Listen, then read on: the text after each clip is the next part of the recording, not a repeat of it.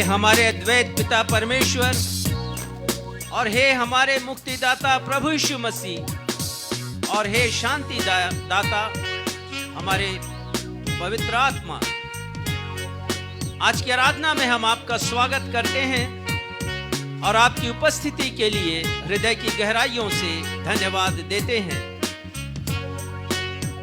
संत पौलुस लिखते हैं, कौन हमें मसीह के प्रेम से अलग करेगा? क्या क्लेश या संकट या उपद्रव या अकाल या नंगाई या जोखिम या तलवार? परंतु इन सब बातों में हम उसके द्वारा अर्थात प्रभु यीशु मसीह के द्वारा जिसने हमसे अगाध प्रेम किया है, जैवन से भी बढ़कर हैं। क्योंकि वे लिखते हैं कि ना मृत्यु, ना जीवन, ना स्वर्गदूत, ना प्रधानताएं, ना वर्तमान, ना भविष्य, ना सामर्थ, ना ऊंचाई, ना गहराई और ना कोई और सृष्टि हमें परमेश्वर के प्रेम से जो हमारे प्रभु यीशु मसीह में है अलग कर सकेगी। और इसलिए हमारे प्रभु यीशु मसीह का नाम सुंदर है और वो धन्य है, वो अद्भुत है और वो अजर है, अमर है और वो हम सभी से प्रेम रखने वाला प्रभु। तो आइए हम उनकी स्तुति करें इस कोरस को गाकर।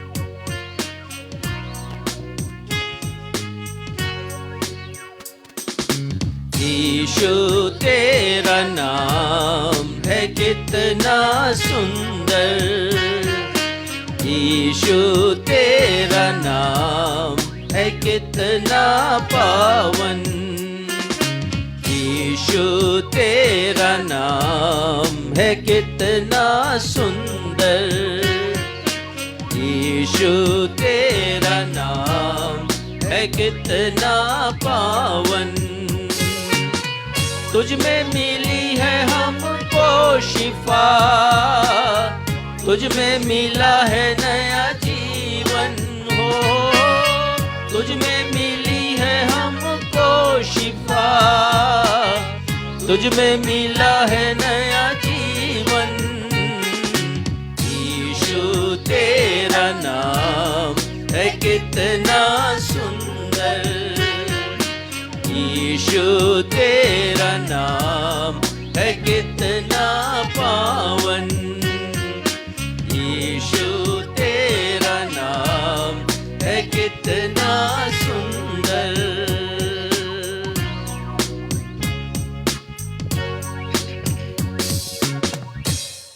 नवजीवन एवेंजलिकल चर्च की 119th ऑनलाइन एवं ऑफलाइन आराधना में मैं आकांक्षा सक्षम मसीह आप सभी प्रभु भक्तों का वर्ष 2022 की प्रथम रविवारीय सर्विस में अपने उद्धारकर्ता प्रभु यीशु मसीह के महान और सामर्थी नाम में स्वागत करती हूँ एवं आप सभी को जय यीशु, यीशु सहाय, शालोम, जय मसीह की और प्रेज द लॉर्ड कहती हूँ।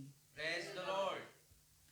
प्रिय भाइयों और बहनों, संत पौलुस कुलुस्सियों की कलीसिया को प्रभु यीशु मसीह की महानता का वर्णन करते हुए लिखते हैं कि प्रभु यीशु के द्वारा ही हमें शैतान के दासत्व से छुटकारा और पापों की क्षमा प्राप्त होती है। प्रभु यीशु मसीह अदृश्य परमेश्वर का प्रतिरूप और संपूर्ण सृष्टि में प्रथम स्थान पर हैं। वे प्रभु यीशु की प्रशंसा करते हुए लिखते हैं कि प्रभु यीशु में ही, प्रभु यीशु के द्वारा ही और प्रभु यीशु के लिए ही संपूर्ण सृष्टि की रचना हुई है। प्रभु यीशु मसीह महान है और उनकी महिमा और गरिमा के तुल्य कोई और दूसरा नहीं है। प्रभु यीशु का नाम ही संपूर्ण सृष्टि में अद्भुत और सर्वश्रेष्ठ है। आज हमारे पास्टर साहब प्रभु यीशु मसीह को दिए गए 7 नामों की चर्चा और व्याख्या करेंगे। आइए इस समय प्रभु यीशु की महानता को दर्शाते हुए गीत गाएं, जिसके शब्द है, यीशु पर भरोसा रखना क्या ही प्रिय लगता है।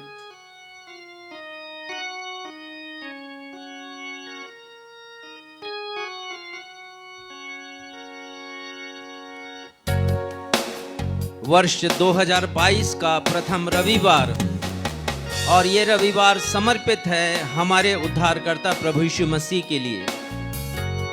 जो गीत अभी हम गाएंगे, यीशु पर भरोसा रखना क्या ही प्रिय लगता है, और हम परमेश्वर पिता से विनती करते हैं कि प्रभु यीशु पर भरोसा हमारा पूरे वर्ष भर कायम रहे, हर दिन, हर पल, हर जगह, हर समय। ये बहुत प्यारा गीत है। आप भी हमारे साथ इस गीत को गा सकते हैं। मसीह गीत संग्रह में यह गीत क्रमांक 427 427 पर है, और मेनोनाइट की गीत किताब में भी 427 नंबर पर यह गीत है।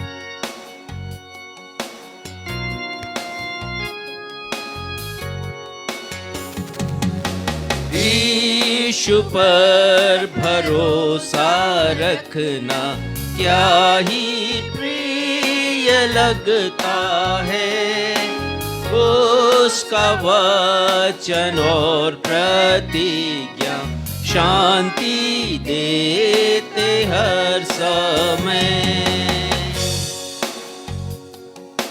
यीशु यीशु प्यारे यीशु, मैंने तुझको जांचा है।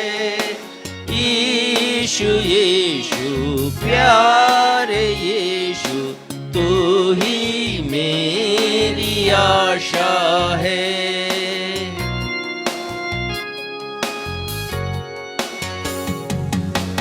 उसके लहू से शुद्ध होना अद्भुत ही जान पड़ता है।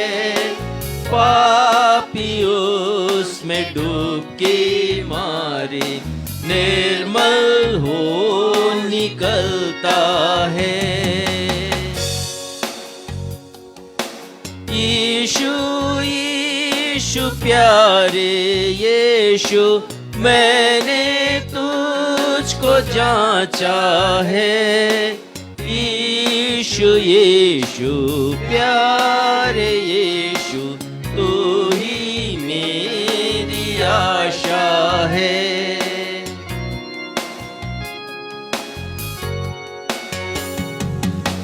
पाप और स्वार्थ से छुटकारा, शांति आनंद और विश्राम, यीशु से विश्वास के द्वारा मुझे मिलते बिना दाम। यीशु यीशु प्यारे यीशु, मैंने तुझको जांचा है। यीशु यीशु प्यारे यीशु, तू ही मेरी आशा है।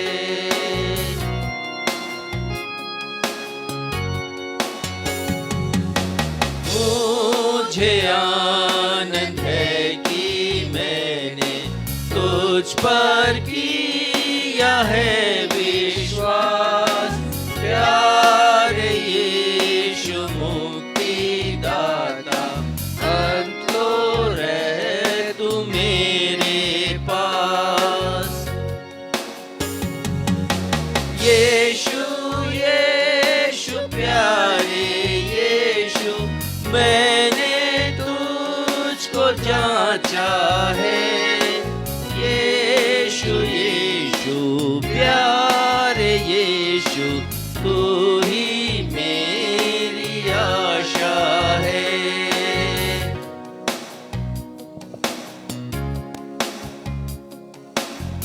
हम इसी स्थिति में रहते हुए उत्तरवादी पाठ के लिए निकाल लेंगे भजन संहिता अध्याय 9 पद 1 से 11, जिसे पढ़ने में अगुवाई सक्षम मसीह करेंगे।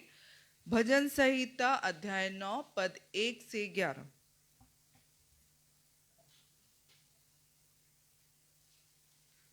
धर्मशास्त्र से हम सब मिलकर के निकाल लें भजन संहिता अध्याय 9 पद संख्या 1 से 11 तक। और इस पूरे पैसेज को जैसा कि हमारा दस्तूर रहा है हम इसे उत्तरवादी की रीति से पढ़ लेंगे और 11वें पद को हम सब अंतिम में साथ में मिलकर के पढ़ लेंगे। भजन संहिता 9 पद 1 से 11। हे यहोवा परमेश्वर, मैं अपने पूर्ण मन से तेरा धन्यवाद करूंगा, मैं तेरे सब आश्चर्य कर्मों का वर्णन करूंगा। मैं तेरे कारण आनंदित और प्रफुल्लित होऊंगा। हे परम प्रधान, मैं तेरे नाम का भजन गाऊंगा। जब मेरे शत्रु पीछे हटते हैं तो वे तेरे सामने ठोकर खाकर नष्ट होते हैं। क्योंकि तूने मेरा न्याय और मुकदमा चुकाया है, तूने सिंहासन पर विराजमान होकर धर्म से न्याय किया। तूने जाति जाति को झिड़का और दुष्ट को नष्ट किया है, तूने उसका नाम अनंत काल के लिए मिटा दिया है। शत्रु जो हैं वे मर गए, वे अनंत काल के लिए उजड़ गए हैं। और जिन नगरों को तूने ढा दिया उनका नामो निशान भी मिट गया। परंतु यहोवा सदैव सिंहासन पर विराजमान है, उसने अपना सिंहासन न्याय के लिए सिद्ध किया है। वो आप ही जगत का न्याय धर्म से करेगा। वह देश देश के लोगों का मुकदमा खराई से निपटाएगा। यहोवा पिसे हुओं के लिए ऊंचा गढ़ ठहरेगा, वह संकट के समय के लिए भी ऊंचा गढ़ ठहरेगा। और तेरे नाम के जानने वाले तुझ पर भरोसा रखेंगे, क्योंकि हे यहोवा, तूने अपने खोजियों को त्याग नहीं दिया। साथ में पढ़ लें। यहोवा जो सिय्योन में विराजमान है, उसका भजन गाओ। जाति जाति के लोगों के बीच में उसके महाकर्मों का प्रचार करो। यह सत्य और जीवित परमेश्वर का सत्य और जीवित वचन है। परमेश्वर पिता अपने इस वचन के पढ़े जाने, सुने जाने और समझे जाने पे हम में से हर एक को अपनी बहुतायत की आशीषों से परिपूर्ण करें। हम सब कहें आमीन। आमीन। अब हमारे पास्टर साहब अब सभी को सूचनाओं से अवगत कराएंगे। उसके पश्चात वे मध्यस्थता की प्रार्थना करेंगे। यदि आपके पास कोई प्रार्थना अनुरोध हो तो उसे कृपया फेसबुक के कमेंट बॉक्स में लिखकर हमें भेज दीजिए, हम आपके लिए प्रार्थना करेंगे।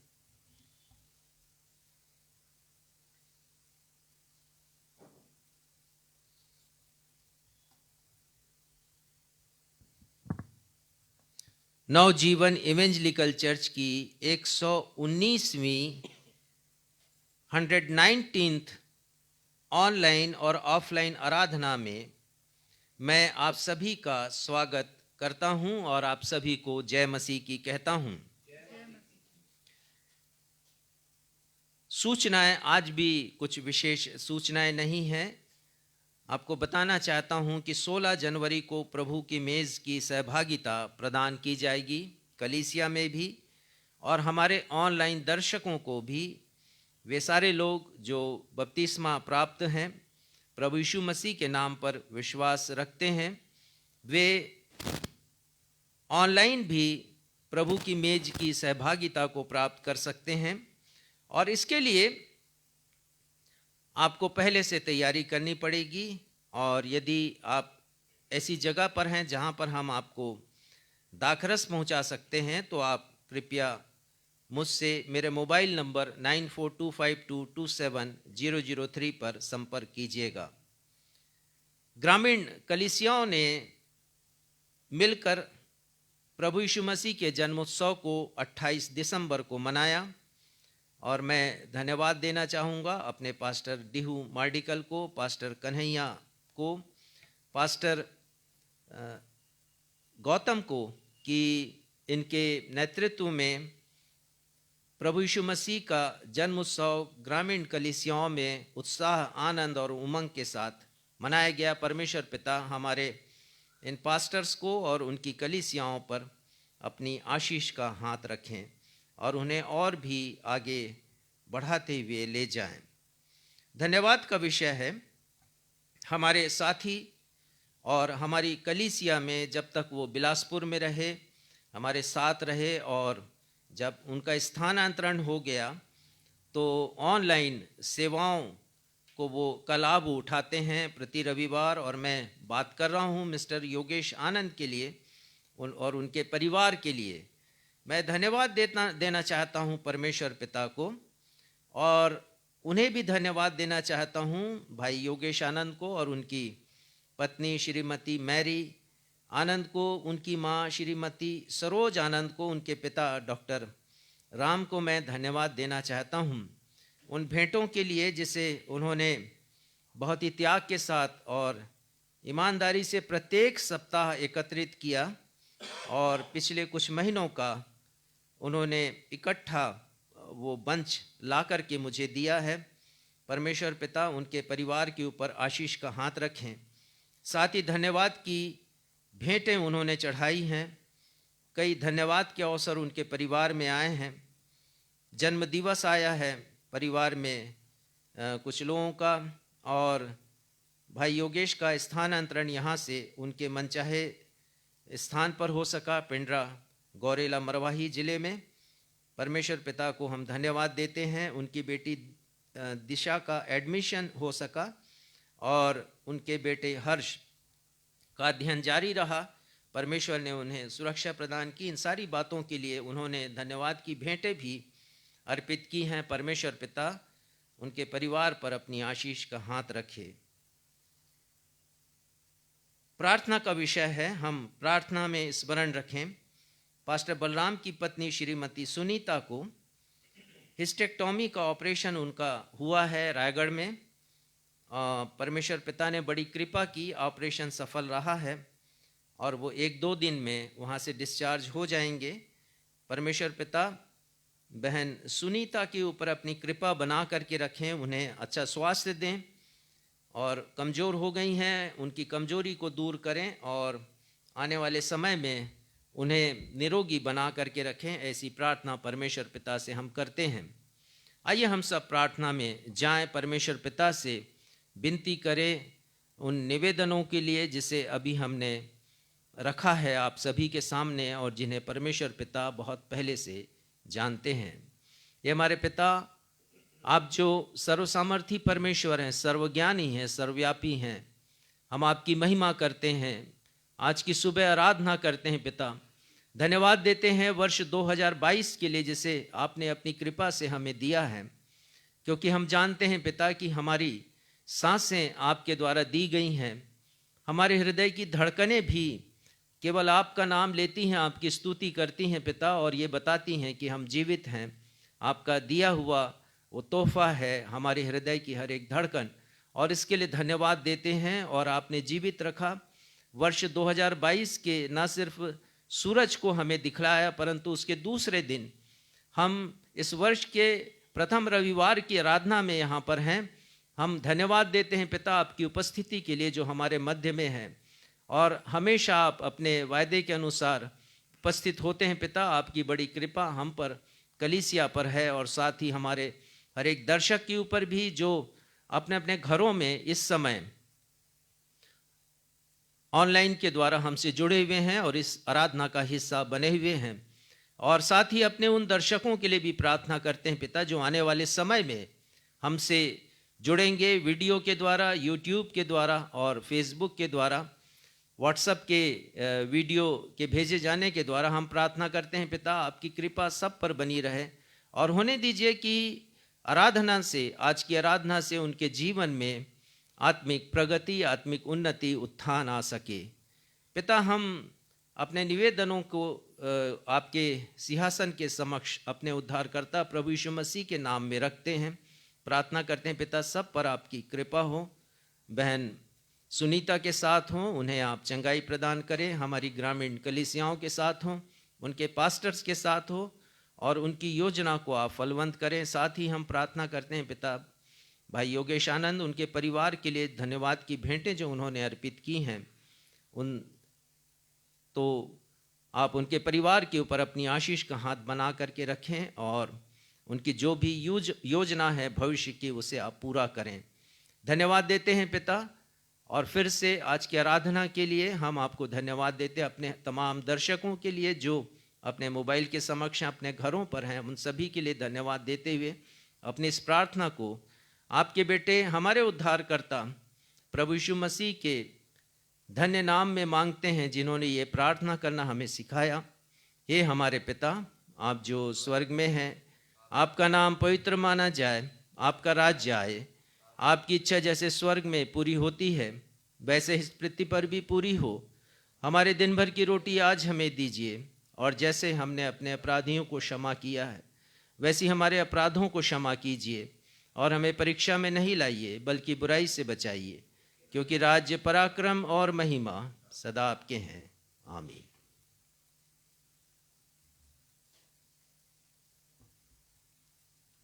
अब हम सभी के लिए अवसर होगा जब हम अपनी अपनी भेंटों को परमेश्वर पिता के राज्य के विस्तार एवं सेवा कार्यों के लिए अर्पित करें। यदि हमारे दर्शक भी अपने भेंटों को हमारी कलीसिया द्वारा दिए जाने वाले सेवा कार्यों और सुसमाचार के विस्तार के लिए देना चाहते हैं, तो वे कृपया हमारे पास्टर साहब के उनके मोबाइल नंबर 9425227003, मैं फिर से एक बार रिपीट करूंगी, 9425227003 पर चर्चा कर सकते हैं। आइए इस समय हम एक गीत गाएं जिसके शब्द हैं, यीशु मसीह तेरे जैसा है कोई नहीं, तेरे चरणों में झुके आसमां और महिमा गाए जमीन।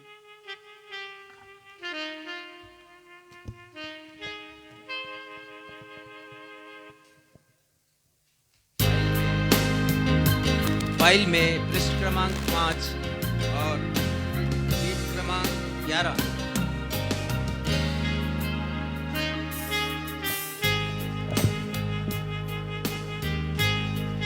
जी हाँ भाइयों और बहनों, प्रभु यीशु मसीह के तुल्य कोई भी नहीं है।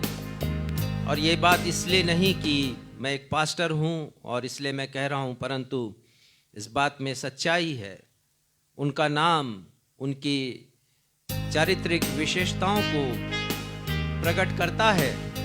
और आज हम उस यीशु के विषय में विचार करेंगे जिनके जैसा कोई नहीं है, जिनके तुल्य कोई नहीं है। आप हमारे साथ इन गीतों को गाएं और अपनी अपनी भेंटों को प्रभु के नाम की महिमा के लिए अर्पित करें। यीशु मसीह तेरे जैसा है कोई नहीं, तेरे चरणों में झुके आसमां और महिमा गाए जमीन। यीशु मसीह तेरे जैसा है कोई नहीं, तेरे चरणों में झुके आसमां और महिमा गाए जमीन। हम गाए होशन्ना, तू राजाओं का है राजा, तेरी महिमा होवे सदा। तू है प्रभु हमारा खुदा, तू है प्रभु हमारा खुदा। हम गाए होशन्ना, तू राजाओं का है राजा, तेरी महिमा होवे सदा। तू है प्रभु हमारा खुदा, तू है प्रभु हमारा खुदा। धन्यवादी भेंटों के लिए प्रार्थना रेवरेंड राजेश मसीह करेंगे।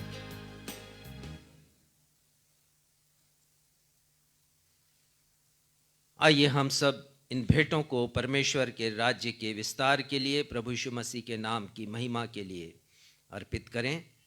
हे हमारे पिता, हम इन भेंटों के साथ आपके सिंहासन के समक्ष अपने उद्धारकर्ता प्रभु यीशु मसीह के नाम में उपस्थित हैं, और इन भेंटों के साथ हम अपने आप को भी अर्पित करते हैं। प्रभु, धन्यवाद देते हैं प्रभु यीशु मसीह के लिए।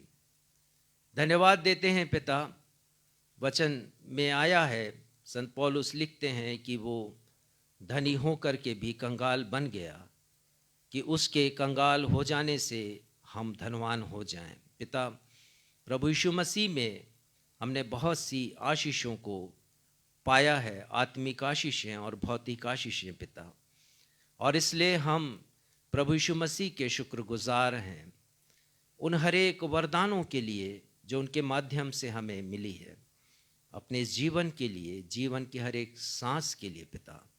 हम शुक्रगुजार हैं प्रभु यीशु मसीह के। और जैसे हमने गीत गाया, प्रभु यीशु मसीह के तुल्य कोई भी नहीं है, कोई भी नहीं है पिता जो उनकी ऊंचाइयों को स्पर्श कर सके। हम धन्यवाद देते हैं पिता प्रभु यीशु मसीह के लिए। संत पौलुस कहते हैं कि वो अवर्णनीय भेंट हैं, वर्णन से बाहर आपके द्वारा दिए गए तोहफे हैं पिता। यदि वो नहीं होते तो हम नहीं होते। यदि आज हम कुछ हैं तो केवल प्रभु यीशु मसीह के कारण, उनकी शिक्षाओं के कारण, उनके उपदेशों के कारण, जिसके कारण हमारा जीवन बदला गया। पिता, हम धन्यवाद देते हैं आज जब हम अपनी आराधना को उनके नाम से समर्पित करते हैं। हमने उनकी प्रशंसा में गीत गाए हैं, उनकी स्तुति की है पिता हमने आज, और वचन से जो पाठ पढ़े जाएंगे उनकी महिमा में ही पढ़े जाएंगे। और साथ ही पिता, वचन का प्रचार भी वैसे हमेशा होता है उनके नाम की प्रतिष्ठा में, लेकिन आज हम विशेष रूप से उन पर मनन करेंगे। प्रार्थना है पिता, केवल हमारे ज्ञान की वृद्धि वो अध्ययन ना कराए, परंतु हमारे जीवन के कोर कोर में और हर एक रोम रोम में बस जाए पिता प्रभु यीशु मसीह, ताकि हम उनके नाम का गुणानुवाद हमेशा करते रहें। आगे की आराधना को आपके सामर्थी हाथों में सौंपते हुए अपनी इस प्रार्थना को आपके बेटे हमारे उद्धारकर्ता प्रभु यीशु के नाम से मांगते हैं, सुनिए और ग्रहण कीजिए। हम सब कहें आमीन।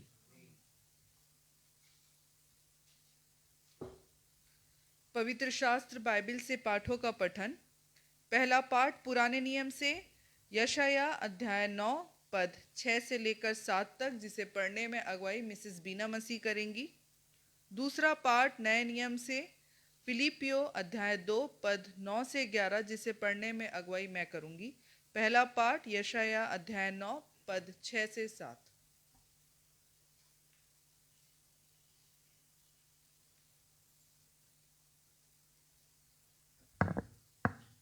परमेश्वर पिता के अतुलनीय नाम में आप सबों को जय मसीह की। जय मसीह की। हम धर्मशास्त्र से निकाल लेंगे पुराने नियम से यशाया 9 पद 7 एवं 6। यहाँ पर इस प्रकार लिखा है, क्योंकि हमारे लिए एक बालक उत्पन्न हुआ, हमें एक पुत्र दिया गया है, और प्रभुता उसके कांधों पर होगी, और उसका नाम अद्भुत युक्ति करने वाला, पराक्रमी परमेश्वर, अनंत काल का पिता और शांति का राजकुमार रखा जाएगा। उसकी प्रभुता सर्वदा बढ़ती रहेगी और उसकी शांति का अंत न होगा। इसलिए वह उसको दाऊद की राजगद्दी पर उस समय से लेकर सर्वदा के लिए न्याय और धर्म के द्वारा स्थिर किए और संभाले रहेगा। सेनाओं के यहोवा की धुन के द्वारा यह हो जाएगा। यह परमेश्वर का सत्य वचन है। परमेश्वर इसके सुने एवं पढ़े जाने पर हम सबों को आशीष प्रदान करें। हम सब कहें आमीन। आमीन। दूसरे पाठ के लिए हम निकाल लेंगे नए नियम से फिलिपियो अध्याय 2 पद 9 से 11। इस कारण परमेश्वर ने उसको अति महान भी किया और उसको वह नाम दिया जो सब नामों में श्रेष्ठ है, कि जो स्वर्ग में और पृथ्वी पर और पृथ्वी के नीचे है, वे सब यीशु के नाम पर घुटना टेके और परमेश्वर पिता की महिमा के लिए हर एक जीव अंगीकार कर ले कि यीशु मसीह ही प्रभु है। परमेश्वर अपने पढ़े हुए वचन पर आशीष दे। हम सब कहें आमीन।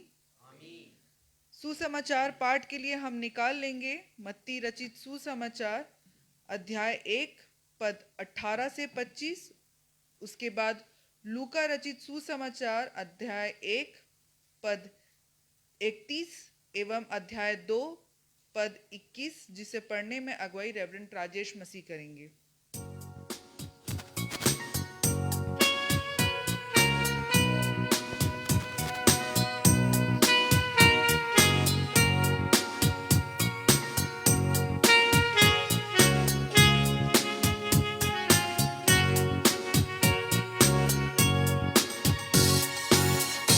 वचननु वचन मंगल सुसमाचार। वचननु वचन मंगल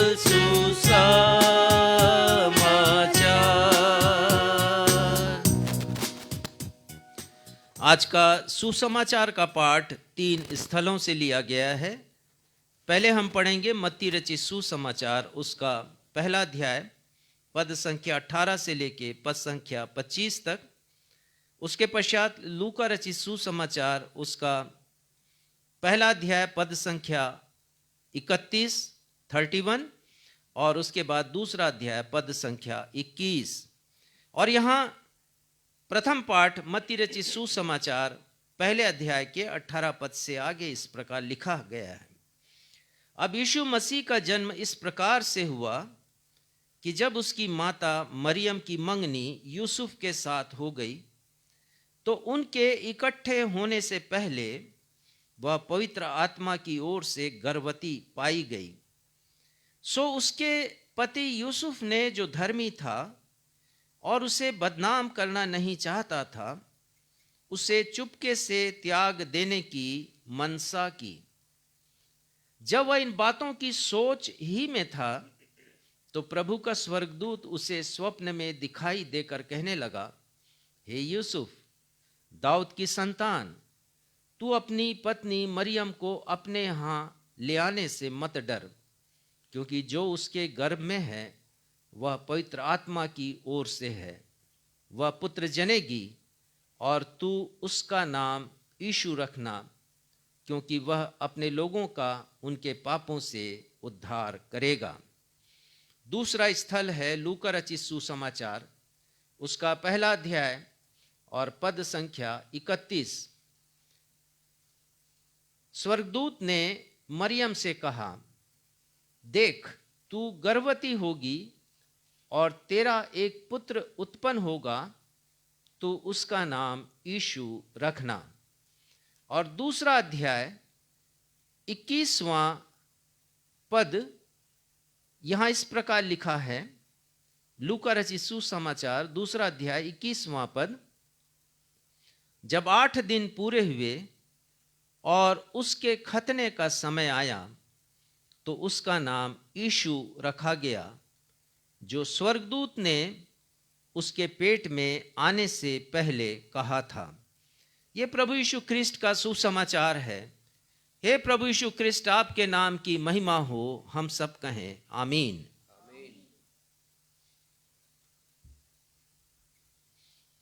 अब हम सभी के लिए अवसर होगा जब हम परमेश्वर पिता के जीवित वचन से सप्ताह भर की आत्मिक ऊर्जा प्राप्त करने प्रभु के दास रेवरेंड राजेश मसीह से उपदेश सुन लेंगे।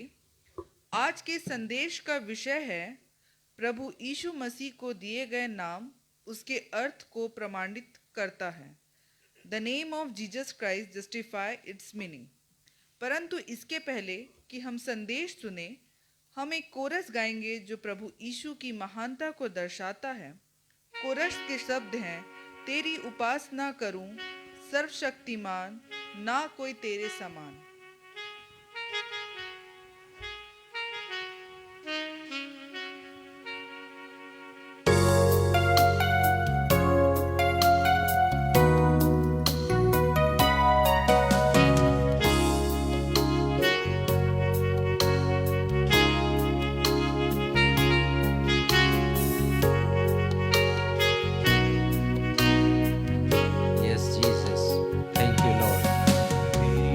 उपासना करूं सर्वशक्तिमान,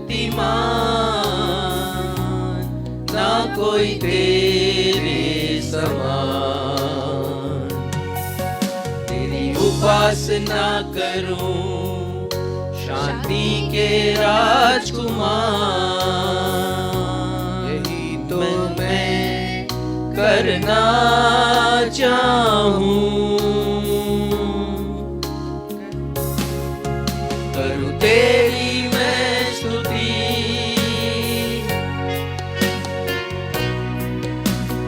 तू है मेरी धार्मिकता।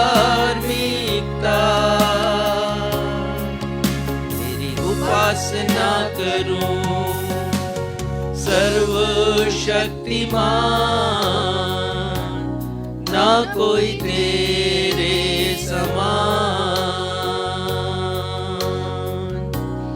ना कोई तेरे समान, ना कोई तेरे समान।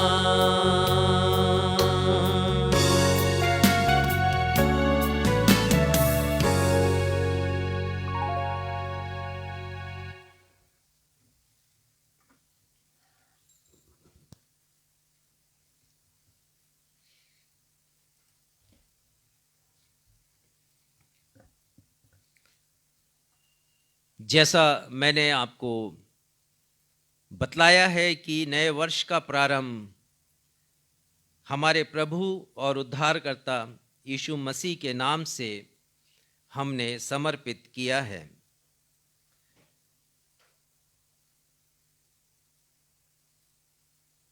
इस विश्व में प्रत्येक मनुष्य का कुछ ना कुछ कोई ना कोई नाम है। जन्म होते ही नामकरण किया जाता है। यहाँ तक कि वस्तुओं को भी हम उनके नाम से जानते हैं, और जीव जंतुओं का भी, पक्षियों का, मछलियों का भी नाम है, और नाम का बड़ा महत्व है। परमेश्वर पिता ने जब आदम को मिट्टी से रचा अपने हाथों से, तो सबसे पहले जो नामकरण हुआ वो आदम का हुआ। उत्पत्ति 2:7 में लिखा है कि परमेश्वर ने प्रथम मनुष्य का नाम रखा आदम। और जब परमेश्वर पिता ने आदम की पसली से नारी को बनाया, तो आदम ने अपनी पत्नी का नाम, जब परमेश्वर ने घोषित किया कि वो पत्नी है आदम की, उसने उसका नाम रखा हवा। उत्पत्ति 2:23 में हम इसका वर्णन पाते हैं। और हम ये भी पढ़ते हैं कि परमेश्वर पिता ने आदम को निर्देश दिया कि जितने भी जीव जंतु हैं, पशु हैं, पक्षी हैं, उन सभी का नामकरण भी वो करे। और आदम ने जैसा जिसका नाम रखा वैसा उसका नाम पुकारा जाने लगा। उत्पत्ति 2:19 में हम पढ़ते हैं, कहा जाता है कि नाम से व्यक्ति का, प्राणियों का और वस्तुओं का विवरण, उनका परिचय हमें मिलता है। जहां तक प्राणियों, वनस्पतियों और वस्तुओं का सवाल है, ये बिल्कुल सही है। यदि कोई शेर कहता है या टाइगर कहता है, तो मन में जो भाव आता है, तस्वीर बनती है, वो एक बलशाली, ताकतवर और हिंसक पशु की तस्वीर उभरती है हमारे मन में। और जब गधा कहा जाता है, तो हम एक ऐसे भोले भाले, दीन जंतु की तस्वीर अपने मन में खींच लेते हैं, जो बहुत सीधा साधा है, परिश्रमी है और बहुत श्रम करता है। लेकिन विडंबना है ये बड़ी कि यदि आप किसी को शेर कह दें तो खुश हो जाता है। वो शेर जो कि हिंसक है और जो खून बहाता है पशुओं का, निरीह प्राणियों का, और यहाँ तक कि वो मैन ईटर भी बन जाता है, मनुष्यों का भी घात वो करता है, मनुष्यों को मार डालता है। पर शेर हर कोई बनना चाहता है, गधा कोई बनना नहीं चाहता। आप यदि किसी को गधा कह देंगे तो वो आपको मारने पर उतारू हो जाएगा, जबकि गधा कितना अच्छा है। तो नाम से हम जानते तो हैं, लेकिन नाम उनकी सही व्याख्या नहीं करता। गुलाब सभी पसंद करते हैं, लेकिन कांटे कोई बनना नहीं चाहता, परंतु कांटों से ही उस फूल को सुरक्षा, मजबूती मिलती है। नाम से मन में एक भाव उत्पन्न होता है, एक सेंस उपजता है, तस्वीर बनती है, पहचान बनती है। और मैंने बताया आपको कि नाम का बड़ा महत्व है।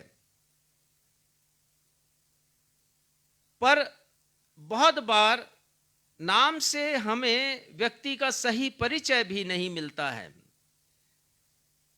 और मैंने पढ़ा एक नाम गरीबदास, और उनके यहाँ इनकम टैक्स ने छापा इसलिए मारा कि नाम भले गरीबदास था, लेकिन वो करोड़पति, अरबपति।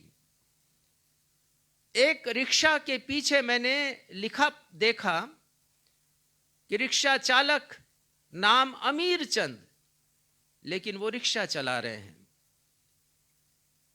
एक व्यक्ति जो नेत्रहीन है, पूछा गया नाम क्या है, तो उसने कहा नैन सुख। नाम नैन सुख है, लेकिन है वो नेत्रहीन। एक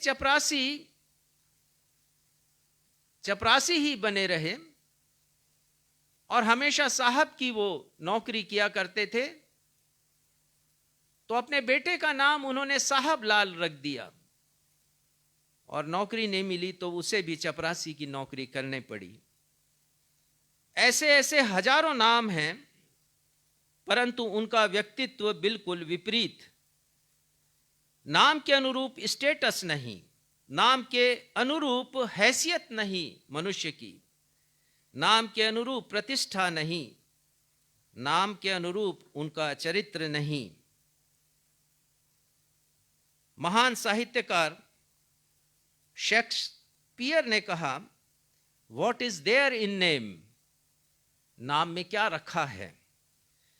लेकिन बाइबिल एक ऐसे व्यक्ति के विषय में बतलाती है जिनका जैसा नाम वैसा ही व्यक्तित्व, जैसा नाम वैसा ही चरित्र, यथा नाम तथा गुण, यथा नाम तथा चरित्र। एक ऐसा व्यक्ति जिसने अपने नाम को जस्टिफाई किया, एक ऐसा व्यक्ति जिसने अपने नाम को चरितार्थ किया, और वो नाम है हमारे मुक्तिदाता, उद्धारकर्ता, सृजनहार, पालनहार, तारणहार प्रभु यीशु मसीह का। आप सब कहें जय मसीह की। बाइबल में प्रभु यीशु मसीह के अनेक नाम हैं, अनेक टाइटल्स हैं, अनेक उपाधि हैं। एक किसी साहित्यकार ने लिखा, मुझे नाम उनका पता नहीं है, लेकिन उन्होंने लिखा, आप मेरा नाम जानते हैं तो इसका अर्थ कदापि नहीं कि आप मेरी कहानी भी जानते हैं, आप मेरे चरित्र को जानते हैं। लेकिन प्रभु यीशु मसीह का नाम ऐसा है और उसकी व्याख्या इतनी मनोहर है कि जब आप उन्हें जानेंगे, प्रभु यीशु मसीह को और उनके नाम की व्याख्या को जानेंगे, तो आप प्रभु यीशु मसीह की कथा को भी जान पाएंगे, उनकी कहानी को भी जान पाएंगे, उनके चरित्र को भी आप जान पाएंगे। प्रभु यीशु मसीह को दिए गए नाम, जिन नामों पर आज मैं चर्चा करूंगा आपसे, आपको बतलाऊंगा, वे नाम उनके बहुआयामी व्यक्तित्व का प्रदर्शन करते हैं। बहुआयामी, मल्टीफेशियल कैरेक्टर प्रभु यीशु मसीह के नामों का, और उन्हीं नामों पर आज हम चर्चा करेंगे। सामान्यतः हमारे परिवारों में बच्चों के नाम उनके जन्म के पश्चात रखे जाते हैं, ये हर घर की परंपरा है। परंतु प्रभु यीशु का नाम तो 700 वर्ष पहले दे दिया गया। ये बड़ा अद्भुत है जानना। 700 वर्ष पहले ही एक भविष्यद्वक्ता ने घोषणा कर दी कि जिस बालक का जन्म होगा, जो बालक दिया जाएगा हमारे त्राण और मुक्ति के लिए, उसका नाम ये होगा। और उन नामों पर आज हम चर्चा करेंगे। और ये भी जानना बहुत ही आश्चर्यजनक है कि भविष्यद्वक्ता ने बालक लिखा है, बालिका नहीं। भविष्यद्वक्ता लिखते हैं, यशाया 9वां अध्याय का 6वां पद, जो आज हम सभी के लिए पढ़ा गया पुराने नियम से, हमारे लिए एक बालक उत्पन्न होगा। तो ये ऐसी वैसी भविष्यवाणी नहीं है, सटीक भविष्यवाणी कि बालक उत्पन्न होगा। और उसके बारे में और भी बातें हैं, हम देखेंगे भविष्यवाणी के द्वारा जो प्रभु यीशु मसीह का नाम दिया गया। प्रभु यीशु मसीह को 5 नाम 700 वर्ष पहले दिए गए और 2 नाम गर्भ धारण करने के पहले ही, क्षमा करेंगे, करते ही गर्भ धारण किया और नाम दे दिया गया स्वर्गदूत के द्वारा। और लूका 2:31 के अंतिम हिस्से में लिखा है, जो स्वर्गदूत ने उसके पेट में आने से पहले कहा था, उसका नाम यीशु रखा गया।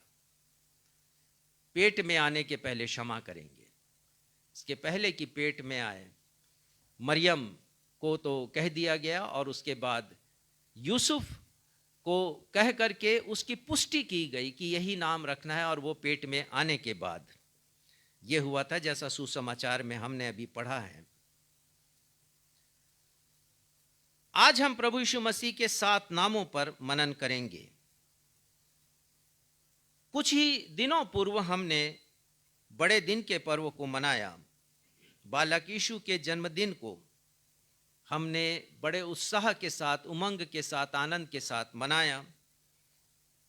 लेकिन जब तक हम उस बालक के नामों के अर्थ को और उसके महत्व को नहीं जान जाते हैं, तब तक हम क्रिसमस के अभिप्राय को नहीं समझ पाएंगे।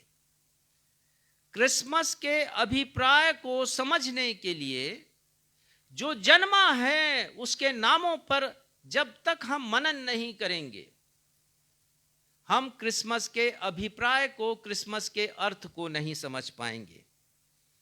प्रभु यीशु मसीह के नाम का अर्थ और उसका महत्व आज मेरे लिए, आपके लिए, हमारे परिवार के लिए, हमारे समाज के लिए और विश्व के लिए क्या है, आज हम उस पर चर्चा करेंगे, चिंतन और मनन करेंगे। परंतु इसके पूर्व कि हम आगे बढ़ें, फिलिपियों का 2 अध्याय उसके 9वें पद से हम कुछ बातों को देखेंगे। आज का दूसरा पाठ जो पुराने नए नियम से पढ़ा गया है, लिखा है पद 9 में, पढ़िएगा यदि आपको मिल गया तो। इस कारण परमेश्वर ने उसको अति महान भी किया। प्रभु यीशु मसीह को महान किया। क्या लिखा है? अति महान भी अति महान किया है। और अति एक विशेषण लग गया है। अति महान किया है प्रभु यीशु मसीह को, और प्रभु यीशु मसीह को वह नाम दिया है जो सब नामों में श्रेष्ठ, सब नामों में श्रेष्ठ है। इस दुनिया के जितने भी नाम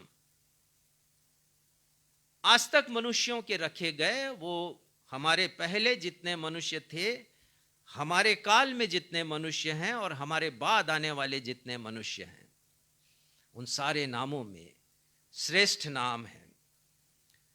name which is preeminent. Jesus' name is above all names, above every names. His name is above. वो नाम एमिनेंट है, हर एक नाम से ऊंचा उठा हुआ नाम, उत्कृष्ट नाम, अग्रगण्य नाम, विशिष्ट नाम। एक ऐसा नाम जैसा नाम किसी का भी नहीं हो। उनका नाम पैरामाउंट, सर्वश्रेष्ठ, सुप्रीम, आला दर्जे का, उच्च कोटि का, और जैसा मैंने बताया सर्वश्रेष्ठ, उसके तुल्य कोई नहीं। और कुछ गीतों को हमने गाया आज कि प्रभु यीशु मसीह के तुल्य कोई नहीं है। सुलेमान लिखते हैं, एक अच्छा नाम अनमोल इत्र से उत्तम है। और मैं इसके बारे में सोच रहा था कि इत्र कैसे अनमोल हो गया। इत्र तो बनाया ही इसलिए जाता है कि वो बेचा जाए, और आज तक किसी ऐसे इत्र के विषय में मैंने नहीं पढ़ा, नहीं सुना जो अनमोल होगा। हर इत्र बनाया गया है, महंगे से महंगे दामों पर बेचा गया है, लेकिन यीशु मसीह ही एक ऐसा नाम है जो अनमोल इत्र के समान है। जय मसीह की कहिए। किसी ने कहा है, शब्दों के अर्थ होते हैं लेकिन नाम में सामर्थ होती है, नाम में एक आकर्षण होता है, एक ऐसा नाम जो मुझे और आपको हमेशा आकर्षित करता है। हमारे दुख की घड़ी में, हमारे मुसीबतों में, हमारे परेशानियों में, चिंताओं में सहज रूप से जो पहला नाम आता है, और यदि नहीं आता तो आना चाहिए, और वो नाम है प्रभु यीशु मसीह का। वो नाम उत्कृष्ट नाम है, वो सर्वोपरि है, अग्रगण्य है, विशिष्ट है, उच्च कोटि का है, आला दर्जे का नाम है। पहला नाम जो यीशु मसीह को दिया गया, कृपया पढ़िएगा यशाया 9 उसका 6वां पद। प्रभु यीशु मसीह का पहला नाम।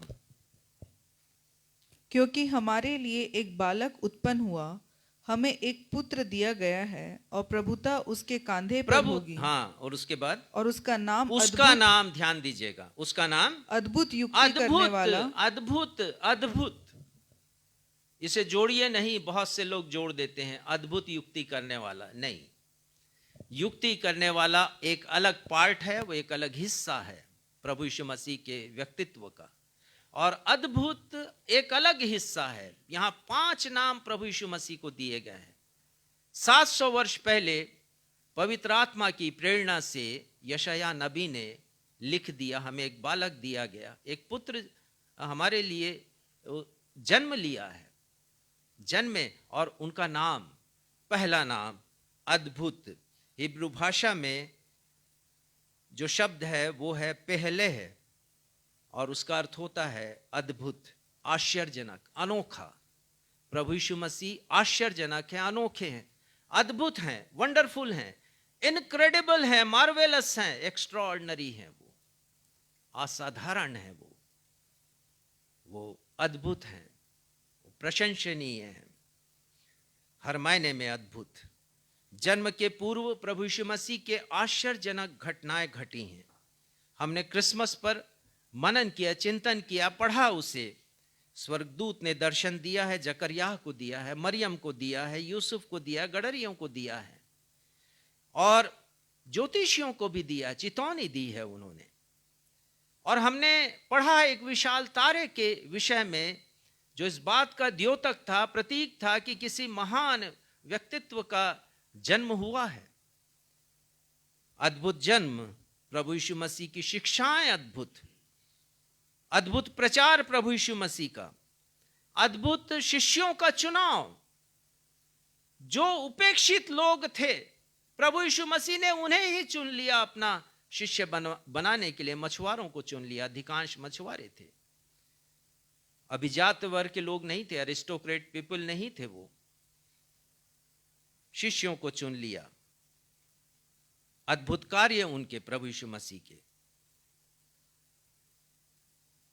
आश्चर्यजनक कार्यों को प्रभु यीशु मसीह ने किया, ऐसे कार्यों को जिन्हें आज तक कोई मनुष्य कर नहीं पाया, जिनकी सराहना विज्ञान नहीं करता, ना ही उन्हें वो एक्सेप्ट करता है, ग्रहण करता है। जैसे पानी पर चलना स्वीकार ही नहीं है, और मृतकों में से जी उठना, मृत्यु की ताकत को तहस नहस कर देना, पराजित कर देना।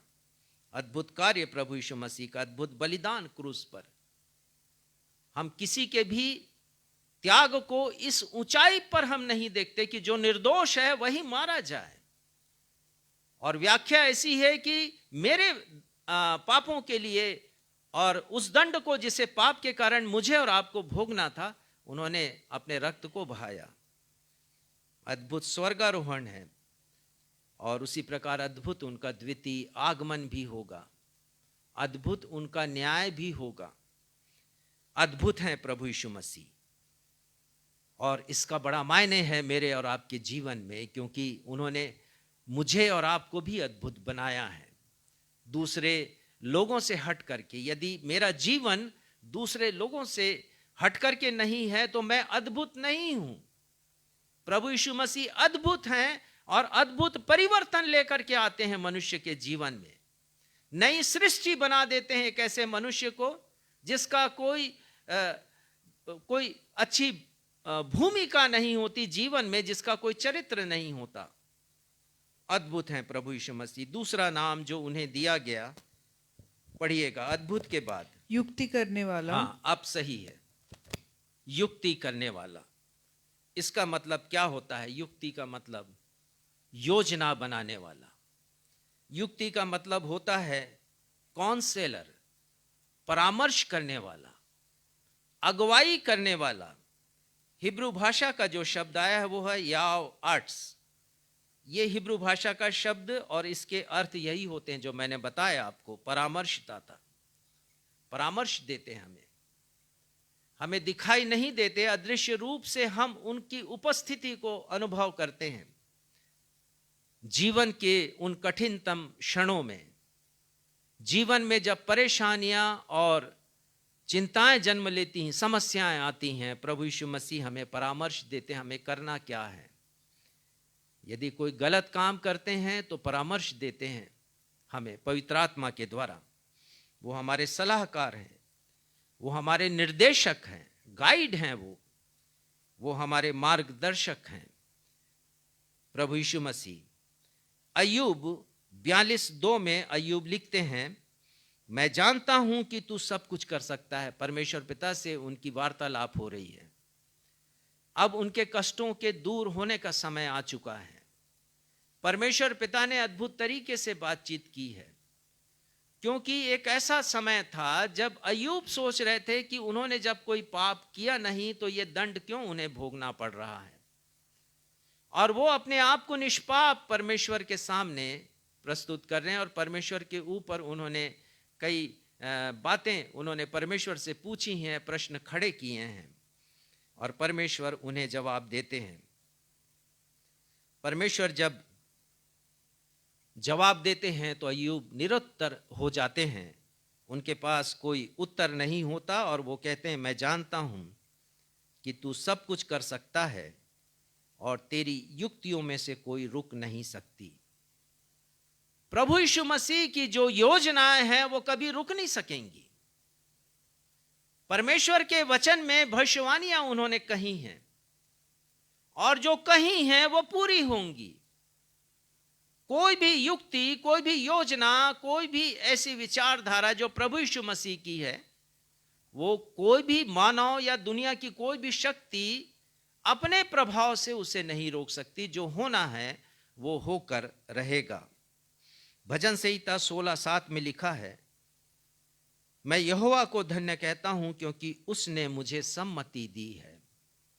प्रभु यीशु मसीह मुझे और आपको सम्मति देते हैं, सलाह देते हैं। मुश्किल राहों में हमारी उंगली पकड़ लेते हैं, हमें राह दिखाते हैं। वो जीवन के अप्स एंड डाउन्स में, जीवन की ऊंचाइयों और निचाइयों में, उन वादियों में जो संकट से भरी हैं और अंधकार से परिपूर्ण हैं, प्रभु यीशु मसीह मुझे और आपको परामर्श देते हैं। और उनके वचन में लिखा, दाऊद कहते, मैं अपनी आंखें तेरी ओर लगाऊंगा, मुझे सहायता कहां से मिलेगी। वो सहायता देने वाले परमेश्वर हैं। बीमारी में, परेशानी में, चिंताओं में, निराशा में, असफलताओं में एक ही नाम है और वो नाम सर्वश्रेष्ठ है।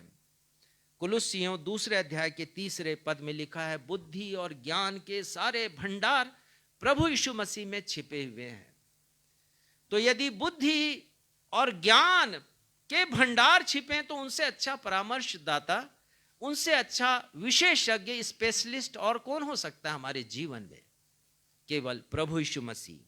और मैं आप सभी से कह रहा हूं कि जीवन में जब कभी कुछ अड़चन आए, तकलीफ आए, आपको किसी के पास जाने की जरूरत नहीं। आप किसी के पास नहीं जाइएगा, केवल प्रभु यीशु मसीह के पास आइए और वो आपको परामर्श देंगे।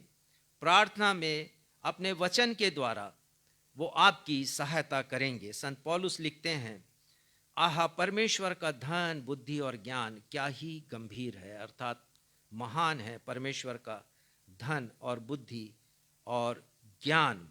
और ये प्रभु यीशु मसीह हैं, उनके विचार कैसे अथाह, उनके मार्ग कैसे अगम्य हैं। प्रभु की बुद्धि को किसने जाना, या उसका मंत्री कौन हुआ? ज्ञान के और बुद्धि के सारे भंडार प्रभु यीशु मसीह में छिपे हुए हैं, उनमें निहित हैं।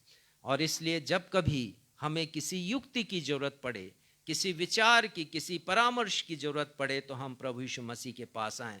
वो अद्भुत हैं और वो युक्ति करने वाले हैं। और तीसरा नाम जो प्रभु यीशु मसीह को दिया गया, पढ़िएगा यशायाह 9:6, युक्ति करने के बाद। पराक्रमी परमेश्वर, पराक्रमी परमेश्वर, द माइटी गॉड, प्रभु यीशु मसीह को नाम दिया गया उनके जन्म के 700 वर्ष पूर्व। हिब्रू भाषा में जो शब्द आया वो है गिब बोर, और इसका मतलब होता है सर्व सामर्थी। वो जो कि अविजित हो, अर्थात अजेय हो, जो किसी से पराजित नहीं हुआ हो, वो जो कि शक्तिमान हो, और वो जो कि सर्व प्रबल हो। प्रभु यीशु मसीह किसी से पराजित नहीं हुए। यूनानी जरूर सोच रहे थे, जब प्रभु यीशु मसीह की मृत्यु हुई क्रूस के ऊपर, तो उन्होंने ठुकरा दिया, और साथ ही साथ उन्होंने, यहूदियों ने भी ठुकरा दिया प्रभु यीशु मसीह को, क्योंकि सोचे यदि मसीह है तो मर कैसे सकता है, लेकिन मुझे और आपको बचाने के लिए तो उनकी मृत्यु आवश्यक थी। वो किसी से पराजित नहीं हुए। शैतान ने 3 कठोर परीक्षाएं की इसके पहले कि वो सेवकाई प्रारंभ करते, लेकिन वो पराजित नहीं हुए शैतान से, ना उस समय और ना बाद में कभी भी। प्रभु यीशु मसीह पराजित नहीं हुए। गतसमनी बाग में भी वो पराजित नहीं हुए, हमेशा विजयी हैं, विनर हैं प्रभु यीशु मसीह। वो पराक्रमी परमेश्वर हैं, माइटी गॉड हैं वो। लूका 24:19 में हम पढ़ते हैं, 24वें अध्याय में, कि माउस के मार्ग पर 2 व्यक्ति चले जा रहे हैं। लूका है और एक और व्यक्ति क्लियोपास है, और प्रभु यीशु मसीह उनके साथ साथ चल रहे हैं। 19 पद में वो क्या कहते हैं प्रभु यीशु मसीह के बारे में, पढ़िएगा लूका 24:19 पद। उसने उनसे पूछा, कौन सी बातें? उन्होंने उससे कहा, यीशु नासरी के विषय में, जो परमेश्वर और सब लोगों के निकट काम और वचन में सामर्थी भविष्यवक्ता था। जो वचन में और काम में सामर्थी था, पराक्रमी परमेश्वर। और हम जब प्रभु की प्रार्थना कहते हैं तो राज्य, पराक्रम और महिमा सदा तेरे, हम कहते हैं पराक्रम प्रभु यीशु मसीह का। और वे अपने पराक्रम का प्रदर्शन अपने द्वितीय आगमन के समय करेंगे, जब वो स्वर्गदूतों के साथ अपनी महिमा में आएगा। मत्ती लिखते हैं अध्याय 25 में, स्वर्गदूतों के साथ महिमा के सिंहासन पर विराजमान होगा। हम प्रभु यीशु मसीह के पराक्रम को देखेंगे। कभी हम उन्हें छोटा नहीं जाने, कभी हम उन्हें महत्वहीन नहीं जाने।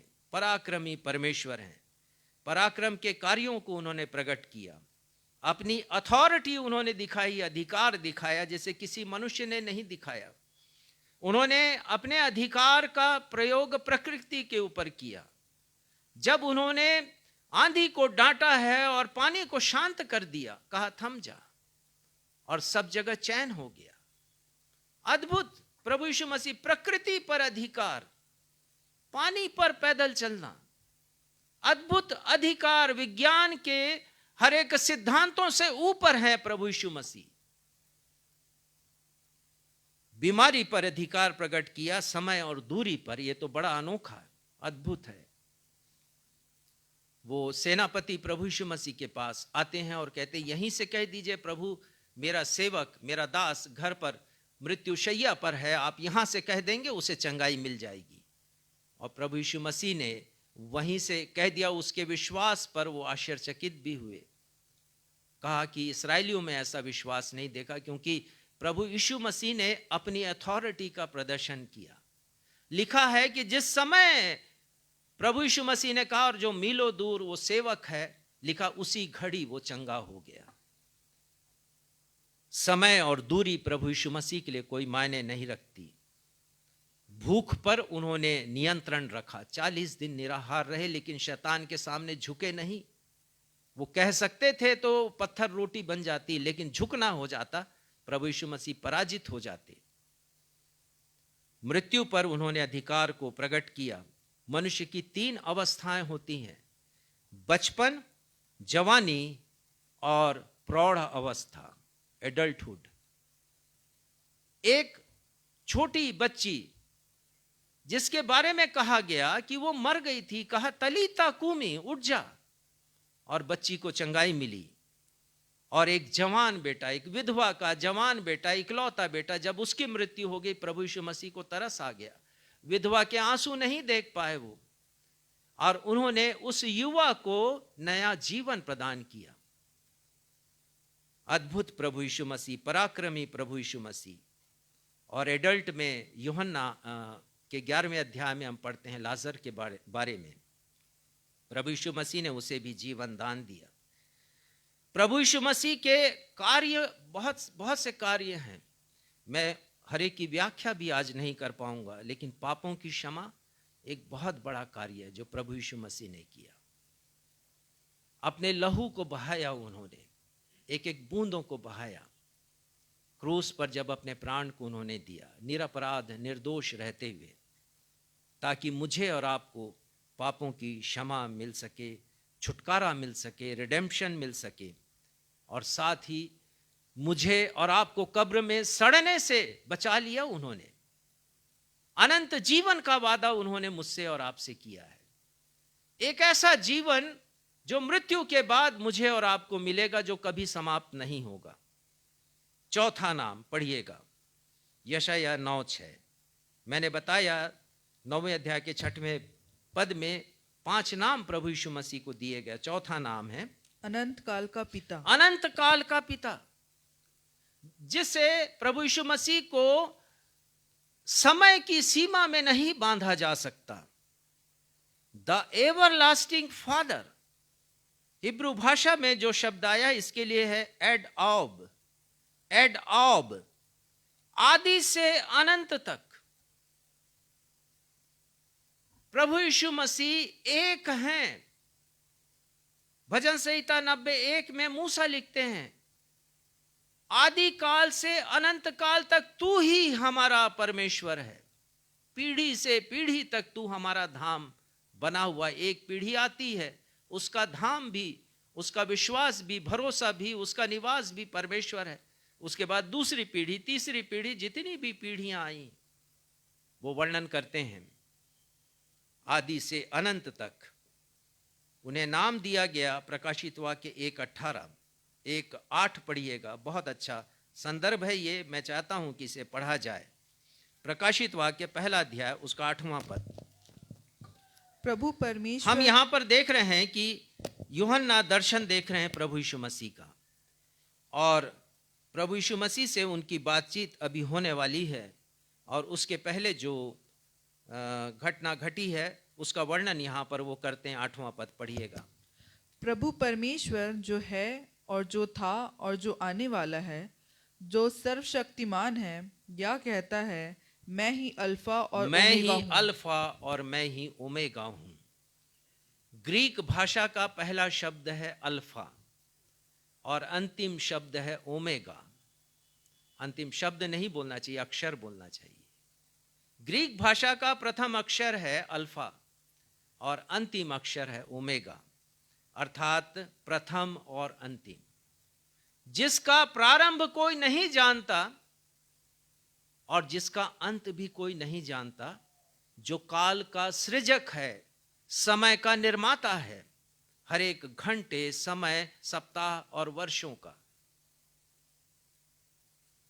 इब्रानी 1:8 में लिखा है, आजकल और युगान युग प्रभु यीशु मसीह एक सा है। और हम कोरस भी गाते हैं,